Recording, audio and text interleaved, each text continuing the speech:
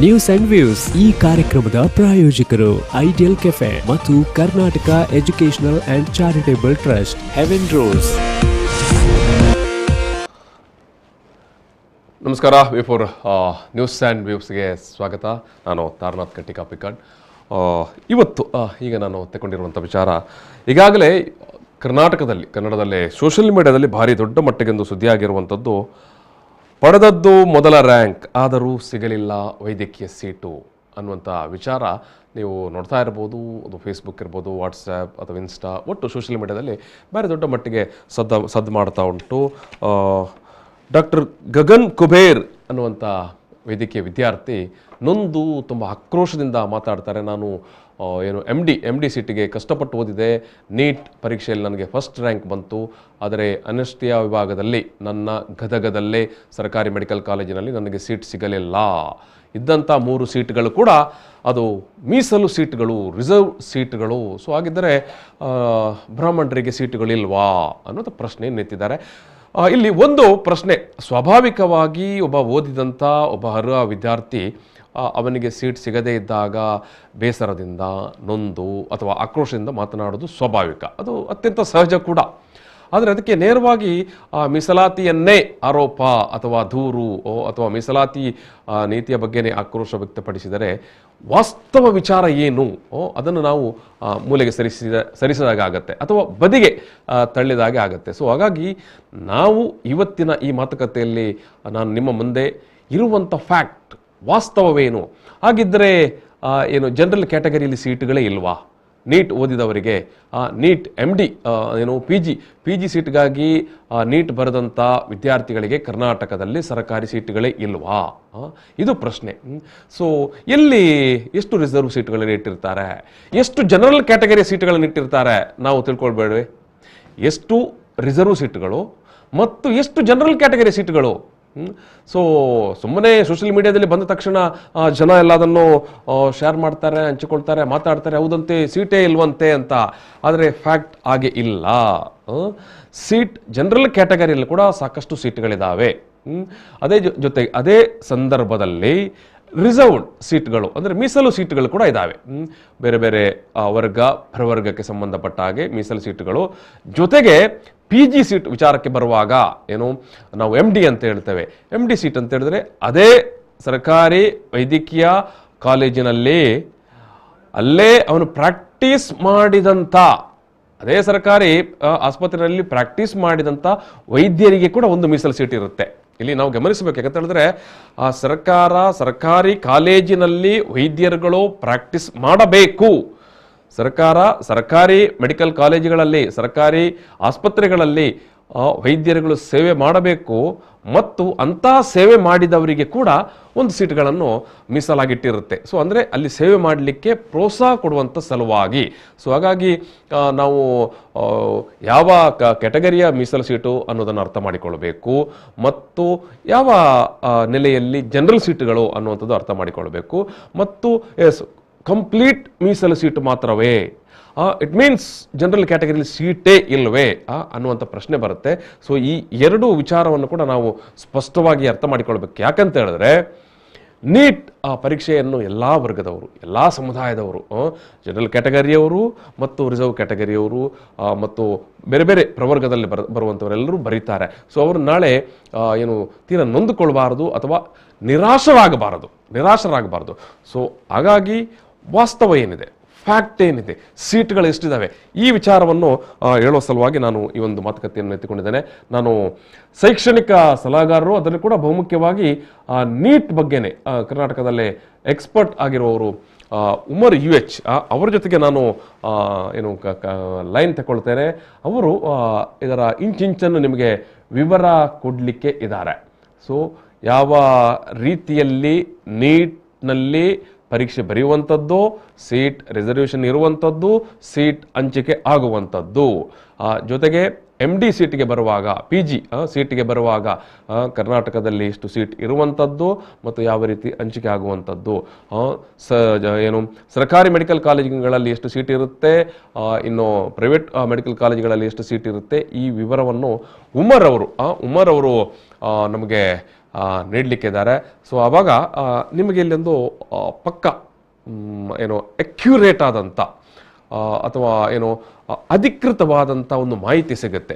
ನಾವು ಸುಮ್ಮನೆ ಸೋಷಲ್ ಮೀಡಿಯಾದಲ್ಲಿ ಏನೋ ಅವಸರದಲ್ಲಿ ಅಥವಾ ಆ ಕ್ಷಣದ ಆಕ್ರೋಶದಿಂದ ನಮ್ಮ ಕಡೆಯಿಂದ ತಪ್ಪು ಮಾಹಿತಿಗಳು ಶೇರ್ ಆಗಬಾರದು ಅನ್ನುವ ಕಾರಣದಿಂದ ನಾನು ಈ ಒಂದು ಸ್ಪಷ್ಟೀಕರಣ ಅಥವಾ ಒಂದು ದ ರಿಯಲ್ ಫ್ಯಾಕ್ಟ್, ವಾಸ್ತವ ಏನು ಅನ್ನುವಂಥದ್ದನ್ನು ತಿಳಿಸುವ ಸಲುವಾಗಿ ಈ ಮಾತುಕತೆಯನ್ನು ತಗೊಂಡಿದ್ದೇನೆ. ಉಮರ್ UH ಅವರು ನಮಗೆ ಲೈನಲ್ಲಿ ಈಗ ಮಾತಾಡಲಿಕ್ಕಿದ್ದಾರೆ ಈ ವಿಚಾರವಾಗಿ. ಯಾವ ಥರ ಈ ಒಂದು ನೀಟ್ ವ್ಯವಸ್ಥೆಯ ಒಳಗಡೆ ಸೀಟ್ಗಳ ಹಂಚಿಕೆ ಆಗುತ್ತೆ ಮತ್ತು ಅದು ರಿಸರ್ವೇಷನ್ ಯಾವ ರೀತಿ ಇರುತ್ತೆ ಮತ್ತು ಜನರಲ್ ಕ್ಯಾಟಗರಿಯಲ್ಲಿ ಸೀಟ್ಗಳು ಯಾವ ರೀತಿ ಇರುತ್ತೆ ಅನ್ನೋ ವಿಚಾರವನ್ನು ನಮ್ಮ ಜೊತೆಗೆ ಈಗ ವಿವರ ಕೊಡಲಿಕ್ಕಿದ್ದಾರೆ.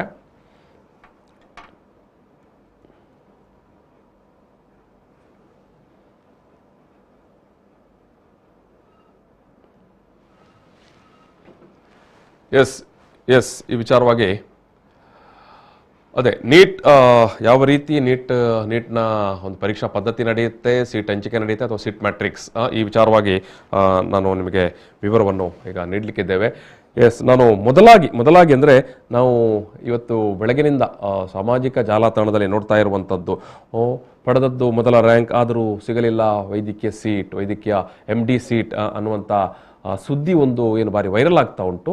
ಅದರ ಬಗ್ಗೆ ನಿಮಗೆ ಫ್ಯಾಕ್ಟ್ ಅನ್ನು ಹೇಳುವ ಸಲುವಾಗಿ ನಮ್ಮ ಜೊತೆಗೆ ಶೈಕ್ಷಣಿಕ ಸಲಹೆಗಾರರು, ಅದರಲ್ಲಿ ಕೂಡ ಬಾರಿ ಮುಖ್ಯವಾಗಿ ನೀಟ್ ವಿಚಾರವಾಗಿ ಅತ್ಯಂತ ಅಧಿಕೃತವಾಗಿ ಮಾತನಾಡಬಲ್ಲಂಥ ಶೈಕ್ಷಣಿಕ ತರಬೇತುದಾರರಾಗಿರುವಂಥ ಉಮರ್ UH ಅವರು ನೇರ ಸಂಪರ್ಕದಲ್ಲಿದ್ದಾರೆ. ಉಮರ್ ಅವರೇ ನಮಸ್ಕಾರ. ನಮಸ್ತೆ ಸರ್. ನಾವು ಇವತ್ತು ಮಾಧ್ಯಮದ ಸುದ್ದಿ ಒಂದು ಭಾರಿ ದೊಡ್ಡ ಮಟ್ಟಕ್ಕೆ ಜನರ ನಡುವೆ ಸಂಚಲನ ಅಥವಾ ವೈರಲ್ ಆಗ್ತಾ ಇರುವಂಥದ್ದು. ಸೊ ಇಲ್ಲಿ ಉಮರ್ ಅವರೇ, ಒಂದು ಈ ವಿದ್ಯಾರ್ಥಿ ಮಾತನಾಡಿದನ್ನು ನೋಡಿದಾಗ ನಾನು ಆರಂಭದಲ್ಲಿ ಹೇಳಿದಾಗೆ ಅವರು ಓದಿದ್ದಾರೆ, ಫಸ್ಟ್ ರ್ಯಾಂಕ್ ತೆಕ್ಕೊಂಡಿದ್ದಾರೆ, ಖಂಡಿತ ಅಭಿನಂದನಾರ್ಹರು. ಆದರೆ ಅವರು ನಿರೀಕ್ಷೆ ಮಾಡಿದ ಕಾಲೇಜಿನಲ್ಲಿ ಸೀಟ್ ಸಿಕ್ಕಿಲ್ಲ ಅನ್ನುವ ಒಂದೇ ಕಾರಣಕ್ಕೆ ಇಲ್ಲಿ ಜನರಲ್ ಕ್ಯಾಟಗರಿಗೆ ಸೀಟ್ಗಳೇ ಇಲ್ಲ, ಎಲ್ಲ ಸೀಟುಗಳು ಅದು ಮೀಸಲು ಸೀಟುಗಳು ಅನ್ನುವಂಥ ರೀತಿಯಲ್ಲಿ ಸುದ್ದಿ ಪ್ರಕಟವಾಗಿದೆ. ಸೊ ಹಾಗಾಗಿ ನಾನು ನಿಮ್ಮ ಹತ್ರ ಮೊದಲಾಗಿ ಕೇಳಲಿಕ್ಕೆ ಬಯಸುವಂಥದ್ದು, ಎಲ್ಲ ವರ್ಗದವರಿಗೂ ಸೀಟ್ ಮೀಸಲು, ಜೊತೆಗೆ ಜನರಲ್ ಕ್ಯಾಟಗರಿಯಲ್ಲಿ ಕೂಡ ಸೀಟ್ಗಳು ಲಭ್ಯತೆ ಇರುತ್ತೋ ಇಲ್ವಾ? ತಾರನಾಥ್, ಮೊದಲನೇದಾಗಿ ವಿಡಿಯೋ ಏನು ವೈರಲ್ ಮಾಡಿದಾನೆ ಸ್ಟೂಡೆಂಟ್, ನಾನು ಸ್ಟೂಡೆಂಟ್ ಅಂತಲೇ ಹೇಳುದು. ಯಾಕಂದ್ರೆ ನಾನು ಸ್ಟೂಡೆಂಟ್ ಜೊತೆಗೇನೆ ವ್ಯವಹರಿಸ್ತಾ ಇರುವವನು ಬಹಳಷ್ಟು 20 ವರ್ಷಗಳಿಂದ. ನಾನು ಅವನನ್ನ ಸ್ಟೂಡೆಂಟ್ ಅಂತಲೇ ಹೇಳ್ತೀನಿ. ಸರಿ. ನಂಬರ್ 1 ಏನು ಅಂತ ಹೇಳಿದ್ರೆ, ಅವ ಸ್ಟೇಟ್ಗೆ ಫಸ್ಟ್ ರ್ಯಾಂಕ್ ಅಥವಾ ಇಂಡಿಯಾಕ್ಕೆ ಫಸ್ಟ್ ರ್ಯಾಂಕ್ ಸ್ಟೂಡೆಂಟ್ ಅಲ್ಲ. ಆಯ್ತಾ? ಅವನ ರ್ಯಾಂಕ್ ಎಷ್ಟು ಅಂತ ಅವನು ಮೊದ್ಲು ಹೇಳ್ಬೇಕು. ಓಕೆ. ಎರಡನೇದು, ಅವನ ಹಾಗೆ ವಿಡಿಯೋ ಮಾಡಿ ವೈರಲ್ ಮಾಡುವವರು, ಯೂಟ್ಯೂಬ್ ಅಲ್ಲಿ ಹಾಕುವವರು ತುಂಬಾ ಜನ ತಲೆ ಹಿಡುಕರೆಲ್ಲ ಇದ್ದಾರೆ. ಅದನ್ನ ಯಾಕೆ ಮೀಡಿಯಾ ದೊಡ್ಡ ಸೀರಿಯಸ್ ಆಗಿ ತಗೊಳ್ಳುತ್ತೆ ಎಂಬುದು ಕೂಡ ದೊಡ್ಡ ಪ್ರಶ್ನೆ. ನಾನು ಒಂದು ಅರ್ಧ ಗಂಟೆ ಮುಂಚೆ ಅವನ ಯೂಟ್ಯೂಬ್ ನೋಡಿದೆ, 181 ವ್ಯೂಸ್ ಇದೆ. ಸೊ ಬೇರೆ ಯಾವುದೇ ಕಾಮಿಡಿ ಶೋಗಳಿಗೆ 1000 ವ್ಯೂಸ್ ಇರುತ್ತೆ. ಹೌದು. ಸೊ ನಿಮ್ಮದೇ V4 ಚಾನೆಲ್ ನ ಕಾಮಿಡಿ ಶೋಗಳಿಗೆ ಯೂಟ್ಯೂಬ್ ಅಲ್ಲಿ ಲಕ್ಷಗಟ್ಟಲೆ ವ್ಯೂವರ್ಸ್ ಇರ್ತಾರೆ. ಖಂಡಿತ. ಸೊ ಇದನ್ನ ಯಾಕೆ ಸೀರಿಯಸ್ ಆಗಿ ತಗೊಳ್ಳುತ್ತೆ ಎಂಬುದು ಕೂಡ ದೊಡ್ಡ ಪ್ರಶ್ನೆ ನನ್ನ ಮುಂದೆ ಇರೋದು. ಎರಡನೇದು, ಪತ್ರಿಕೆಗಳು ಕೂಡ ಅದನ್ನು ವರದಿಯಾಗಿ ಮಾಡಿದೆ. ಆತ ಹೇಳಿದ ವಿಚಾರವನ್ನು ಮಾಡಿದ್ದು ಯಾಕೆ ಅಂತ ಹೇಳಿದ್ರೆ, ಅವ ಬ್ರಾಹ್ಮಣ. ಅಂದ್ರೆ ಇದು ಬ್ರಾಹ್ಮಣ್ಯ, ಬ್ರಾಹ್ಮಣ ಜಾತಿಗೆ ಏನು ವಿರೋಧಿ ಅಲ್ಲ. ಈ ಬ್ರಾಹ್ಮಣ್ಯ ಎಲ್ಲಾ ಜಾತಿಯಲ್ಲೂ ಇದೆ. ಹೌದು, ಹೈರಾರ್ಕಿ, ನಾವೇ ಸುಪೀರಿಯರ್ ಅಂತ ಇರಲಿ. ಬ್ರಾಹ್ಮಣ್ಯವನ್ನ ನಾನು ಭಾರತೀಯನಾಗಿ ವಿರೋಧಿಸ್ತೇನೆ. ಸೊ ಈ ಬ್ರಾಹ್ಮಣ್ಯಕ್ಕೆ ಯಾಕೆ ಇಷ್ಟು ಪ್ರಚಾರ ಕೊಡೋದು ಅಂತ ನನ್ಗೆ ಅರ್ಥ ಆಗ್ತಾ ಇಲ್ಲ. ಇದರ ವಸ್ತುಸ್ಥಿತಿಯನ್ನ ಮೊದಲು ಅರಿತಿರ್ಬೇಕಲ್ಲ. ಖಂಡಿತ. ನನ್ಗೆ ಹಾಸ್ಯಾಸ್ಪದ ಏನು ಅಂತ ಹೇಳಿದ್ರೆ, ಯಾರೆಲ್ಲ ಇದನ್ನ ಹೈಲೈಟ್ ಮಾಡಿದ್ದಾರೋ ಇದರ ವಾಸ್ತವ ಎಲ್ಲಿಯ ತನಕ ಅಂದ್ರೆ ಅವನ ರ್ಯಾಂಕ್ ಎಷ್ಟು ಅಂತ ಯಾರಿಗೂ ಗೊತ್ತಿಲ್ಲ. ಪಾಪ ಅವನು ಹೇಳಿಕೊಂಡಿದ್ದಾನೆ ಫಸ್ಟ್ ರ್ಯಾಂಕ್ ಅಂತ, ಪತ್ರಿಕೆಯಲ್ಲಿ ಫಸ್ಟ್ ರ್ಯಾಂಕ್ ಅಂತ ಬಂದಿದೆ. ಅವ ಹೇಳಿಲ್ಲ. ನಾನು ಅವನ ವಿಡಿಯೋ ಪೂರ್ತಿ ಕೇಳಿದ್ದೇನೆ, ಬೆಳಿಗ್ಗೆನೆ ಕೇಳಿಸ್ಕೊಂಡಿದ್ದೇನೆ, ಇವತ್ತು ಬೆಳಿಗ್ಗೆನೆ. ಹಾಗಿದ್ರೆ ಪತ್ರಿಕೆಯವರು ಸೇರಿಸಿದ್ದಾರೆ ಬಿಡಿ. ಇಲ್ಲ, ಅವನು ನನ್ಗೆ ಫಸ್ಟ್ ರ್ಯಾಂಕ್ ಅಂತ ಹೇಳಿಲ್ಲ. ಒಂದು ವೇಳೆ ಫಸ್ಟ್ ರ್ಯಾಂಕ್ ತಗೊಂಡವನಿಗೂ ಕೂಡ ಗದಗಲ್ಲಿರುವ ಗವರ್ಮೆಂಟ್ ಮೆಡಿಕಲ್ ಕಾಲೇಜಲ್ಲಿ ಅನಸ್ಥೀಸಿಯಾ ಅಥವಾ ಅರವಳಿಕೆ ಶಾಸ್ತ್ರ ಸೀಟ್ ಸಿಗುದಿಲ್ಲ ಅಂತ ಅವ ಹೇಳಿರೋದು. ಮತ್ತೆ ಎಲ್ಲೇ ತನಕ ಅಂದ್ರೆ ಕರ್ನಾಟಕ ಸರ್ಕಾರದ ಲೋಗೋ ತೆಗಿಬೇಕು, ಹಿಂದುಳಿದ ವರ್ಗದವರ ಕಾಲೇಜ್ ಅಂತ ಹಾಕ್ಬೇಕು ಅಂತೆಲ್ಲ ಸುಮ್ನೆ ಹೇಳಿದ್ದಾರೆ. ಪತ್ರಿಕೆಯಲ್ಲಿ ಬರೆದಿರುವಾಗ ಉಮರ್ ಅವರೇ, ಮೊದಲ ಪ್ಯಾರವನ್ನು ನಾನು ಓದ್ತೇನೆ. ಯಾಕಂತ ಹೇಳಿದ್ರೆ ಸಾಕಷ್ಟು ಮಂದಿ ತಮ್ಮ ಫೇಸ್ಬುಕ್ಗಳಲ್ಲಿ ಇದನ್ನೆಲ್ಲ ಶೇರ್ ಮಾಡಿಕೊಂಡಿದ್ದಾರೆ ಪತ್ರಿಕೆಯಲ್ಲಿ ಬಂದಿರುವಂತ ಸುದ್ದಿಯನ್ನು. ಅದರ ಮೊದಲ ಪ್ಯಾರವನ್ನು ನಾನು ಓದ್ತೇನೆ. ವಿದ್ಯಾರ್ಥಿ ವರ್ಷವಿಡೀ ಕಷ್ಟಪಟ್ಟು ರಾಷ್ಟ್ರಮಟ್ಟದ PG ನೀಟ್ ನಲ್ಲಿ ಪ್ರಥಮ ರ್ಯಾಂಕ್ ಪಡೆದಿದ್ದ. ಗದಗಿನ ಸರ್ಕಾರಿ ವೈದ್ಯಕೀಯ ಕಾಲೇಜಿನಲ್ಲಿ ಅರವಳಿಕೆ ಶಾಸ್ತ್ರ ಅನಸ್ತೇಶಿಯಾ ವಿಭಾಗದಲ್ಲಿ MD ಮಾಡಬೇಕು ಅನ್ನುವ ಹಂಬಲ. ಪ್ರಥಮ ರ್ಯಾಂಕ್ ಪಡೆದಿದ್ದರಿಂದ ಸಹಜವಾಗಿಯೇ ಸೀಟು ಸಿಗಲಿದೆ ಎನ್ನುವ ವಿಶ್ವಾಸ ಆ ವಿದ್ಯಾರ್ಥಿಗೆ ಇತ್ತು. ಆದರೆ ಕೌನ್ಸಿಲಿಂಗ್ ಸಮಯದಲ್ಲಿ ನೋಡಿದರೆ ದೊಡ್ಡ ಶಾಕ್ ಕಾದಿತ್ತು. ಅದೇನೆಂದರೆ ಮೊದಲ ರ್ಯಾಂಕ್ ಪಡೆದಿದ್ದರೂ ವೈದ್ಯಕೀಯ ಸೀಟು ಸಿಗಲಿಲ್ಲ. ಆ ಪತ್ರಿಕೆ ಕೂಡ ಬ್ರಾಹ್ಮಣ್ಯವನ್ನ ಪ್ರತಿಪಾದಿಸುವ ಒಬ್ಬ ಬ್ರಾಹ್ಮಣ.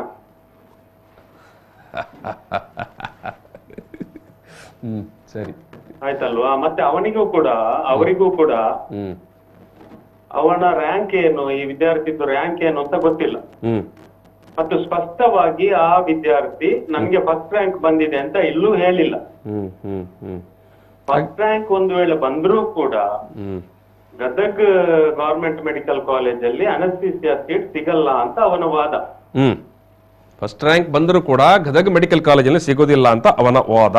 ಅವನು ಅಂದರೆ ಪತ್ರಿಕೆಯವರು ಹೇಳ್ತಾರೆ, ಹೌದು, ಪ್ರಥಮ ರ್ಯಾಂಕ್ ಪಡೆದಿದ್ದರೂ ಸೀಟ್ ಯಾಕೆ ಸಿಕ್ಕಿಲ್ಲ ಎಂದು ನೋಡಿದಾಗ ಸಿಕ್ಕಿದ ವಿದ್ಯಾರ್ಥಿ ಕಾರಣ ಹೇಳ್ತಾನೆ. ಮೀಸಲು ಗಗನ್ ಅನ್ನುವ ವಿದ್ಯಾರ್ಥಿ ಗದಗಿನ ಸರ್ಕಾರಿ ವೈದ್ಯಕೀಯ ಕಾಲೇಜಿನಲ್ಲಿ ಅರವಳಿಕೆ ಶಾಸ್ತ್ರದಲ್ಲಿ ಸೀಟ್ ಪಡೆಯಬೇಕು ಎಂದುಕೊಂಡರೆ ಇರುವ 3 ಸೀಟುಗಳಲ್ಲಿ 3 ಸೀಟು ಮೀಸಲಾತಿಗೆ ಸೀಮಿತವಾಗಿದ್ದವು. ಆದ್ದರಿಂದ ಆ ವಿದ್ಯಾರ್ಥಿಗೆ ಸೀಟು ಸಿಕ್ಕಿಲ್ಲ. ಡಾಕ್ಟರ್ ಗಗನ್ ಕುಬೇರ್ ಅನ್ನೋ ವಿದ್ಯಾರ್ಥಿ ಹೇಳಿದ್ರೆ ಸಾರನಾಥ್, ಈ ಉಡುಪಿಯಲ್ಲಿ ಒಂದು ಸ್ಕಾರ್ಫ್ ವಿವಾದ ಆಯ್ತಲ್ಲ. ಹೌದು, ಇದು ಚೂಡಿದಾರಿಗೆ ಒಂದು ಶಾಲ್ ಹಾಕ್ತಾರಲ್ಲ ಹುಡುಗಿಯರು, ಅದು ಈಗ ಕುತ್ತಿಗೆಯಲ್ಲಿ ನೆಟ್ಟ ಹಿಡಿಸ್ತಾರೆ. ಅದನ್ನು ನನ್ಗೆ ತಲೆಯಲ್ಲಿ ಹಾಕ್ಬೇಕು ಅಂತ ಒಂದು 3-4 ಹುಡುಗಿಯರು ಹೇಳಿದ್ರು ಅಷ್ಟೇ. ಅಷ್ಟು ಸಣ್ಣ ವಿವಾದವನ್ನ ಇದು ಅಂತಾರಾಷ್ಟ್ರೀಯ ಒಂದು ವಿವಾದವನ್ನಾಗಿ ಮಾಡಿದ್ರಲ್ಲ, ಅಷ್ಟೇ. ಇದು ವೆರಿ ಸಿಂಪಲ್. ಮತ್ತು ಇದರ ಹಿಂದೆ ಕೆಲಸ ಮಾಡಿರುವುದು ಬ್ರಾಹ್ಮಣ್ಯ.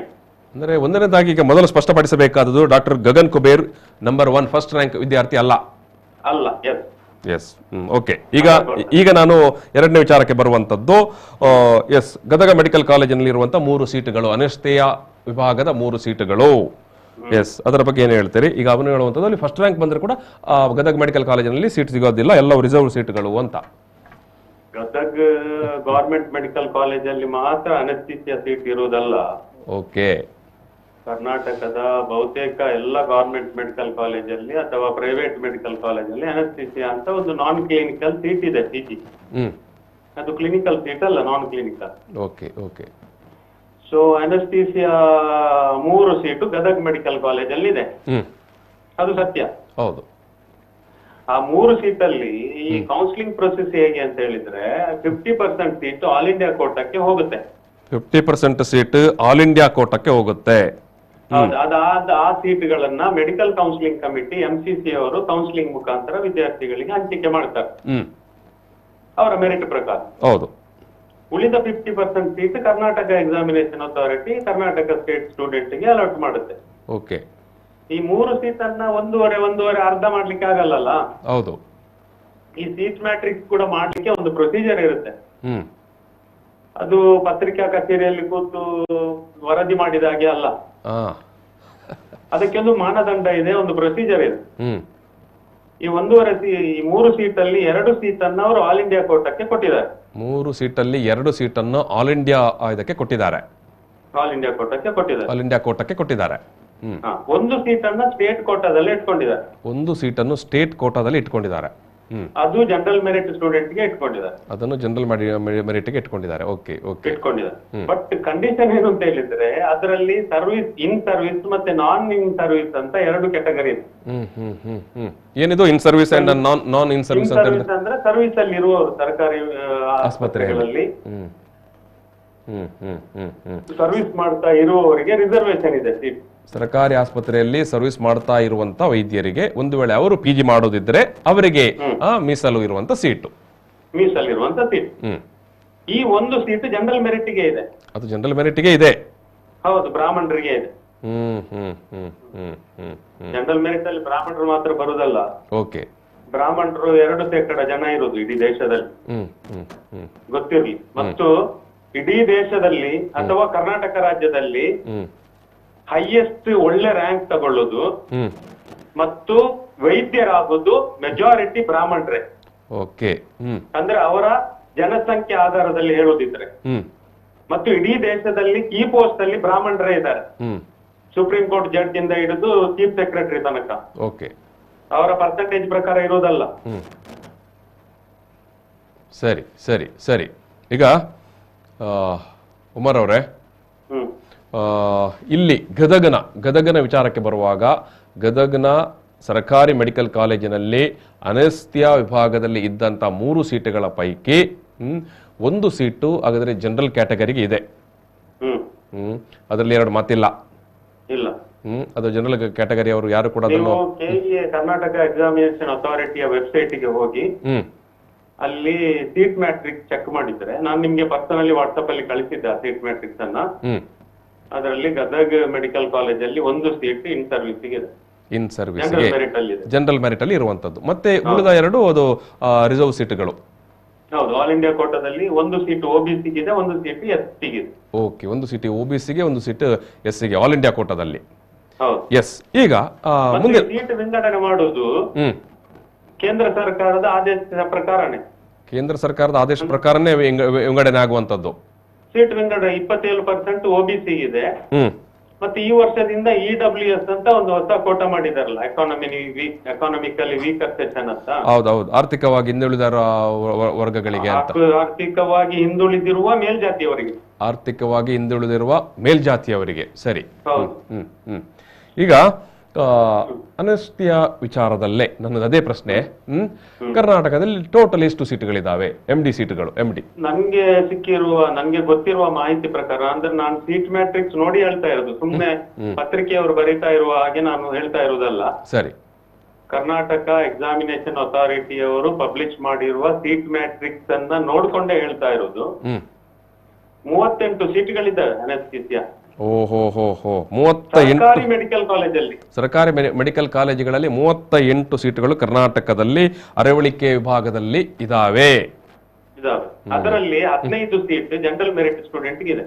ಅದರಲ್ಲಿ 15 ಸೀಟ್ ನೇರವಾಗಿ ಹೇಳ್ಬೇಕಿದ್ರೆ ಬ್ರಾಹ್ಮಣರಿಗೆ ಇದೆ. 15 ಸೀಟುಗಳು ಜನರಲ್ ಕ್ಯಾಟಗರಿಗೆ ಇದೆ. ಹೌದು. ಕರ್ನಾಟಕದಲ್ಲಿ 38 ಅನುಷ್ಠಿಯ ವಿಭಾಗದ ಸೀಟ್ನಲ್ಲಿ. ದಯವಿಟ್ಟು ತಪ್ಪು ತಿಳ್ಕೊಳ್ಬೇಡಿ ತಾರನಾಥ್, ನಾನು ಬ್ರಾಹ್ಮಣ ಅಂತ ಅವ ಹೇಳಿದ್ದಾನೆ, ಅದಕ್ಕಾಗಿ ಹೇಳ್ತಾ ಇರೋ. ಹೌದು, ವಿದ್ಯಾರ್ಥಿ ಹೇಳಿಕೊಂಡಿದ್ದಾನೆ. ಸೊ ಹಾಗಾದ್ರೆ ಬ್ರಾಹ್ಮಣರಿಗೆ ಸೀಟ್ ಇಲ್ವಾ ಅಂತ ಒಂದು ಪ್ರಶ್ನೆ ಮಾಡಿದ್ದಾನೆ. ನಿಜ ನಿಜ. ಇಲ್ಲಿ ಅದು ನಮ್ಮದೇನು ತಾರತಮ್ಯದ ಪ್ರಶ್ನೆ ಅಲ್ಲ, ವಿದ್ಯಾರ್ಥಿ ಆತನ ಜಾತಿ ಹೇಳಿ ಎತ್ತಿರುವಂತ ಪ್ರಶ್ನೆ ಆಗಿರುವುದರಿಂದ ಅದಕ್ಕೆ ಉತ್ತರ ಕೊಡುವ ಕೂಡ ಅದೇ ನೆಲೆಯಲ್ಲಿ ಅಷ್ಟೇ ಸ್ಪಷ್ಟವಾಗಿ ಉತ್ತರ ಕೊಡಬೇಕಾದದ್ದು. ಎಸ್, ನಮ್ಮದು ಕೂಡ ಧರ್ಮವೇ ಅದು. ಎಸ್, ನೀವೀಗ ಅನೆಸ್ಥಿಯಾ ವಿಭಾಗದಲ್ಲಿ ಕರ್ನಾಟಕ ರಾಜ್ಯದಲ್ಲಿ 38 ಸೀಟುಗಳಿದಾವೆ. ಅದರಲ್ಲಿ 15 ಸೀಟುಗಳು ಗವರ್ಮೆಂಟ್ ಮೆಡಿಕಲ್ ಕಾಲೇಜಲ್ಲಿ, ಗವರ್ಮೆಂಟ್ ಮೆಡಿಕಲ್ ಕಾಲೇಜಿನಲ್ಲಿ. ಎಸ್. ಪ್ರೈವೇಟ್ ಮೆಡಿಕಲ್ ಕಾಲೇಜಲ್ಲೂ ಕೂಡ ಗವರ್ಮೆಂಟ್ ಕೋಟಾ ಸೀಟ್ ಇರುತ್ತೆ. ಪ್ರೈವೇಟ್ ಮೆಡಿಕಲ್ ಕಾಲೇಜಲ್ಲಿ ಕೂಡ ಗವರ್ಮೆಂಟ್ ಕೋಟಾದ ಸೀಟ್ಗಳಿರ್ತವೆ. ಅದು 92 ಸೀಟ್ ಇದೆ. ಅದು 92 ಸೀಟ್ಗಳಿದಾವೆ. 98 ಸೀಟ್ಗಳಲ್ಲಿ 38 ಸೀಟ್ ಜನರಲ್ ಮೆರಿಟ್ ಇದೆ. ಅದರಲ್ಲಿ 38 ಸೀಟುಗಳು ಜನರಲ್ ಮೆರಿಟ್ ಇದಾವೆ. ಮತ್ತು 6 seat general merit Hyderabad quota ಇದೆ. ಹೈದರಾಬಾದ್ ಕರ್ನಾಟಕ ಕೋಟಾ. ಹೈದರಾಬಾದ್ ಕರ್ನಾಟಕ ಅಂದ್ರೆ ಕಲ್ಯಾಣ ಕರ್ನಾಟಕ ಕೋಟಾ ಅಂತ ಇದೆ ಅಲ್ಲ, ಹೈದರಾಬಾದ್ ಕರ್ನಾಟಕ ಸ್ಟೂಡೆಂಟ್ಸ್ಗೆ. ಈ ವಿದ್ಯಾರ್ಥಿ ಕೂಡ ಹೈದರಾಬಾದ್ ಕರ್ನಾಟಕಕ್ಕೆ ಒಳಪಡುವ. ಸರಿ. ಒಂದು ಅಂದ್ರೆ 44 ಸೀಟ್, 92 ಸೀಟ್ ಅಲ್ಲಿ 44 ಸೀಟ್ ಜನರಲ್ ಮೆರಿಟ್ ಕೋಟಾ ಇದೆ. ಜನರಲ್ ಮೆರಿಟ್ ಅಲ್ಲಿ, ಜನರಲ್ ಕೋಟಾದಲ್ಲಿ ಅಷ್ಟು ಸೀಟ್ಗಳು ಇದಾವೆ ಕರ್ನಾಟಕದಲ್ಲಿ. ಒಬ್ಬ MD ಮಾಡೋದಿದ್ರೆ ಅವನ ಊರಲ್ಲೇ ಹುಡುಕಾಡಬೇಕಾಗಿಲ್ಲ. ಇಡೀ ರಾಜ್ಯದಲ್ಲಿ ಎಲ್ಲೂ ಕೂಡ ಅವನು ಆಯ್ಕೆ ಮಾಡಿಕೊಳ್ಳಬಹುದು. ಈಗ ನೀಟ್ ಬರೆಯುವುದಂದ್ರೆ ಹಾಗೆ ಅಲ್ವಾ? ಮಾಹಿತಿ ಏನು ಅಂತ ಹೇಳಿದ್ರೆ, ನಿನ್ನೆ ಫಸ್ಟ್ ರೌಂಡ್ ಇದ್ದು ಸೀಟ್ ಅಲಾಟ್ಮೆಂಟ್ ಆಗಿದೆ PGದು. ಓಕೆ, ಫಸ್ಟ್ ರೌಂಡ್ ಇದು. ಓಕೆ. ಬ್ಯಾಂಗ್ಳೂರ್ ಮೆಡಿಕಲ್ ಕಾಲೇಜ್ ಹೆಚ್ಚಿನ ಮೆಜಾರಿಟಿ ವಿದ್ಯಾರ್ಥಿಗಳು ಕರ್ನಾಟಕದವರು ಮತ್ತು ಬೇರೆ ರಾಜ್ಯದವರು ಕೂಡ ಫಸ್ಟ್ ಪ್ರಿಯಾರಿಟಿ ಕೊಡೋದು BMC, ಬ್ಯಾಂಗ್ಳೂರ್ ಮೆಡಿಕಲ್ ಕಾಲೇಜಿಗೆ. ಸರಿ, ಆಯ್ತಾ? ಅಲ್ಲಿ ಜನರಲ್ ಮೆರಿಟ್ ಸ್ಟೂಡೆಂಟ್ಗೆ ಕಟ್ ಆಫ್ ರ್ಯಾಂಕ್ ಅಂದ್ರೆ 3659 ರ್ಯಾಂಕ್ ತಗೊಂಡ ಸ್ಟೂಡೆಂಟ್ಗೆ ಕೂಡ ನಿನ್ನೆ ಅನಸ್ಥೀಸಿಯಾ PG ಸೀಟ್ ಅಲಾಟ್ ಆಗಿದೆ. 3,500 ರ್ಯಾಂಕ್ 1 ಅಲ್ಲ, 3,659 ರ್ಯಾಂಕ್ ಪಡೆದ ಇದು ಜಾಸ್ತಿ ಆಗುತ್ತೆ ಸೆಕೆಂಡ್ ರೌಂಡ್, ಥರ್ಡ್ ರೌಂಡ್ಗೆ. ಇದು ನಿನ್ನೆ ಅಲಾಟ್ ಆಗಿರುವ ಫಸ್ಟ್ ರೌಂಡ್ ಇದು ಸ್ಟಾಟಿಸ್ಟಿಕ್ಸ್ ನಾನು ಹೇಳ್ತಾ ಇರೋದು. 3,600ನೇ ರ್ಯಾಂಕ್ ಬಂದಂತ ವಿದ್ಯಾರ್ಥಿಗೆ ಕೂಡ ಜನರಲ್ 59 ರ್ಯಾಂಕ್ ಪಡೆದ ವಿದ್ಯಾರ್ಥಿಗೆ, ಜನರಲ್ ಮೆರಿಟ್ ಬ್ರಾಹ್ಮಣ ವಿದ್ಯಾರ್ಥಿಗೆ ಸೀಟ್ ಅಲಾಟ್ ಆಗಿದೆ ಬ್ಯಾಂಗ್ಳೂರ್ ಮೆಡಿಕಲ್ ಕಾಲೇಜ್ ಅನಸ್ಥಿಯಾ ವಿಭಾಗದಲ್ಲಿ. ಅನಸ್ಥಿಸಿಯಾ ವಿಭಾಗದಲ್ಲಿ ಮತ್ತು ಮೈಸೂರು ಮೆಡಿಕಲ್ ಕಾಲೇಜ್ ಎರಡನೇ ಆಯ್ಕೆ ವಿದ್ಯಾರ್ಥಿಗಳಿರೋದು Mysuru medical college, government medical college. ಅಲ್ಲಿ 5,156 ರ್ಯಾಂಕ್ ಪಡೆದ ಸ್ಟೂಡೆಂಟ್ಗೆ ಕೂಡ ಅನಸ್ಥಿಸಿಯಾ ಸೀಟ್ ಸಿಕ್ಕಿದೆ ನಿನ್ನೆ. ಮತ್ತು ಮೂರನೇ ಆಯ್ಕೆ ಕರ್ನಾಟಕದಲ್ಲಿರೋದು, ಇದು ಯಾರಲ್ಲಿ ಕೇಳಿದ್ರು ಹೇಳ್ತಾರೆ, first, second, third PMC, MMC and KIMS. ಆಯ್ತಾ? ಕಿಮ್ಸ್ ಹುಬ್ಳಿಯಲ್ಲಿ 5,752 ರ್ಯಾಂಕ್ ಪಡೆದ ವಿದ್ಯಾರ್ಥಿಗೆ ಅನಸ್ಥೀಸಿಯಾ ಸೀಟ್ ಅಲಾಟ್ ಆಗಿದೆ. ಮತ್ತೆ ರ್ಯಾಂಕ್ 1 ಇದ್ದು ಪ್ರಶ್ನೆನೇ ಇಲ್ಲಲ್ಲ. ರ್ಯಾಂಕ್ 1 ಇದ್ದು ಪ್ರಶ್ನೆನೇ ಇಲ್ಲ. ಈ ಮಾಹಿತಿ ಬೇಕಾಗಿತ್ತು. ಯಾಕೆ ಅನಸ್ಥೀಸಿಯಾ ಮಾಡಬೇಕು? ಅದಕ್ಕೆ ಏನೋ ಅವನ ವೈಯಕ್ತಿಕ ಕಾರಣ ಇರ್ಬೋದು. ಅದಕ್ಕೆ ಇಡೀ ಸಮಾಜವನ್ನ, ಸರ್ಕಾರವನ್ನ, ಒಟ್ಟು ವ್ಯವಸ್ಥೆಯನ್ನ, ಈ ಮೀಸಲಾತಿಯನ್ನ ಮುಂದಿಟ್ಟು ಅದನ್ನ ಅನಗಿಸುವುದಾ? ಇದೇ ಪ್ರಶ್ನೆ ಇರುವಂಥದ್ದು. ಯಾಕಂತ ಹೇಳಿದ್ರೆ ಸಾಮಾನ್ಯವಾಗಿ ಇನ್ ಜನರಲ್ ಆಗಿ ವಿದ್ಯಾರ್ಥಿಗಳು ಒಂದು ಪ್ರಯಾರಿಟಿ ಅಂತ ಇರುತ್ತೆ ಇಂಥ ಕಾಲೇಜ್. ನೀವು ಹೇಳೋ ಪ್ರಕಾರ Bengaluru medical college, Mysuru medical college, ಆಮೇಲೆ ಹುಬ್ಳಿ ಕಿಮ್ಸ್ ರ್ಯಾಂಕಿಂಗಿನಲ್ಲಿ ಉನ್ನತ ಸ್ಥಾನದಲ್ಲಿರೋ ಕಾಲೇಜುಗಳೇ ಅಲ್ಲೇ ಉನ್ನತ ಸ್ಥಾನದಲ್ಲಿರುವ ಟಾಪ್ ರ್ಯಾಂಕ್ ಕಾಲೇಜ್ ಅಂತ ನಾವು ಏನು ಹೇಳ್ತೇವೆ, ಅಂತ ಕಾಲೇಜುಗಳಲ್ಲೇ 3,659ನೇ ರ್ಯಾಂಕ್ ಪಡೆದ ವಿದ್ಯಾರ್ಥಿಗೆ ಬೆಂಗಳೂರಲ್ಲಿ ಸೀಟ್ ಸಿಗುತ್ತೆ ಜನರಲ್ ಕ್ಯಾಟಗರಿಯಲ್ಲಿ. ಮೈಸೂರಲ್ಲಿ 5,156ನೇ ರ್ಯಾಂಕ್ ಪಡೆದ ವಿದ್ಯಾರ್ಥಿಗೆ ಮೈಸೂರಲ್ಲಿ ಸೀಟ್ ಸಿಗುತ್ತೆ. 5,752ನೇ ರ್ಯಾಂಕ್ ಪಡೆದ ವಿದ್ಯಾರ್ಥಿಗೆ ಜನರಲ್ ಕ್ಯಾಟಗರಿಯಲ್ಲಿ ಹುಬ್ಬಳ್ಳಿಯಲ್ಲಿ ಕಿಮ್ಸ್ ಅಲ್ಲಿ ಸೀಟ್ ಸಿಗುತ್ತೆ. ಇದರ ಆಚೆಗೆ ಇನ್ನು ಯಾವ ವಿವರಣೆ ಯಾರಿಗೂ ಬೇಕಾಗಿಲ್ಲ ಅಂತ ಅನಿಸುತ್ತೆ. S thank you. ಎಸ್, ನಾವು ತೀರಾ ಸರಳವಾಗಿ ಮೀಸಲಾತಿಯನ್ನು ವಿರೋಧ ಮಾಡಬೇಕು, ಮೀಸಲಾತಿಯ ನಿಲುವನ್ನು ವಿರೋಧ ಮಾಡಬೇಕು ಅನ್ನುವ ಕಾರಣಕ್ಕಾಗಿ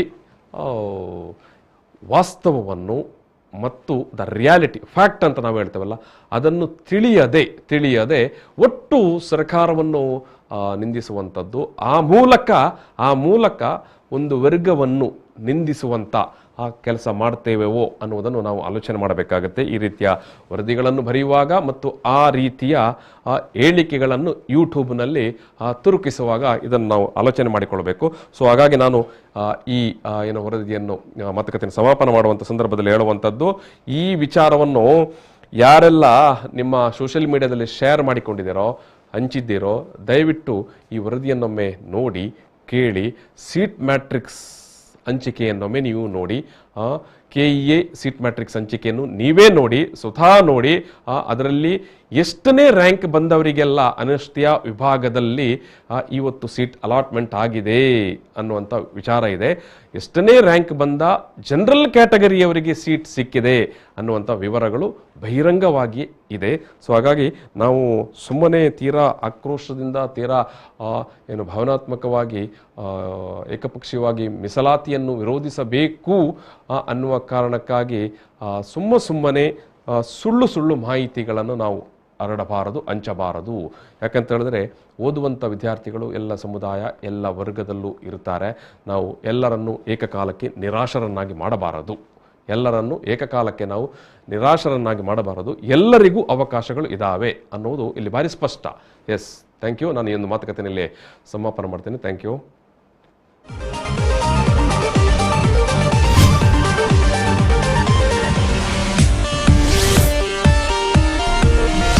ನ್ಯೂಸ್ ಅಂಡ್ ವ್ಯೂಸ್ ಈ ಕಾರ್ಯಕ್ರಮದ ಪ್ರಾಯೋಜಕರು ಐಡಿಯಲ್ ಕೆಫೆ ಮತ್ತು Karnataka educational and charitable trust.